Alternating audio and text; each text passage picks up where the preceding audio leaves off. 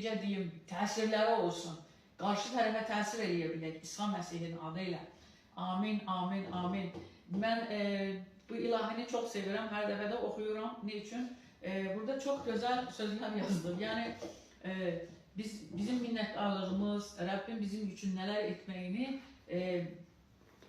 çox gözəl burada bu ilahi ifadə edir sözlərlə və kəlamlarla. Şükür və izzətlər olsun.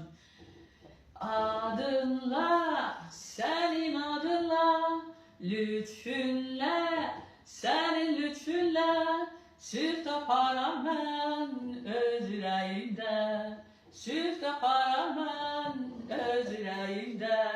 Bütün günahlardan azad eylədin, çətinliklərimdə kömək eylədin. Sənə arxayınam bütün varlığımla, gəl xilaskarım mənim. Bütün günahlardan azad eylədin, çətinliklərimdə kömək eylədin. Sənə arxayınam bütün varlığımla, gəl xilaskarım mənim. Baxıram, sənə baxıram, sevirəm, səni sevirəm.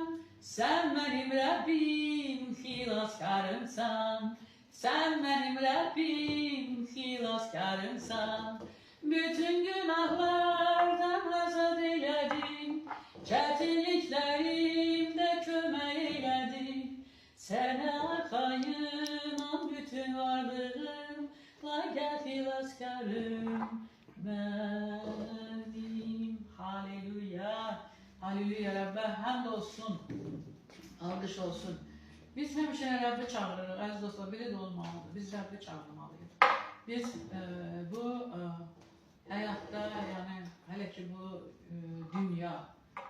dünyayı insanların arasında yaşayırıq, dünyada yaşayırıqsa, biz hər an, hər dəqiqə Rəbbimizin adı dilimizdən düşməməlidir. Rəbbimizə olan alqışımız dilimizdən düşməməlidir ki, büdürəməyək və imtihanlara düşməyək, əziz dostlar. Çünki şeytan, kəlam deyir ki, ayıq və sayıqdır, o yatmır, güdür ki, bir boşluq olsun ki, o səni oradan qapsın, o sənə bir çətinlik versin, həyatına bir xəstəlik versin. Onun üçün də gəlir Rəbbi həmişə izzətləndirək. Xörək bişirərkən, mən qadınlar üçün deyirəm, iş görərkən, yer süpürərkən Rəbbi izzətləndirək ki, bu ağzımızdan çıxan bu toxumlar həyatımızı bürüsün və şeytanın dilin ağzını bağlasın. Kəlam deyir ki, Rəbbi izzətləndirmək şeytanın dilin ağzını bağlayır. Kəlam yenə də deyir ki, Rəbbə nə qədər izzət oxuyarsan, o qədər canın şəfalanar. Gəlin izzət oxuyaq Rəbbimizə, alqışlar olsun Tanrımıza. Əziz dostlar, biz bilirik ki, bizim gözəl Tanrımız var və o gələcək, biz onun yolunu gözləyirik. Onun için də gəlin Rəbbimizə bir dənə də ilahi oxuyaq. Maran atamızı çağıraq. Halleluya!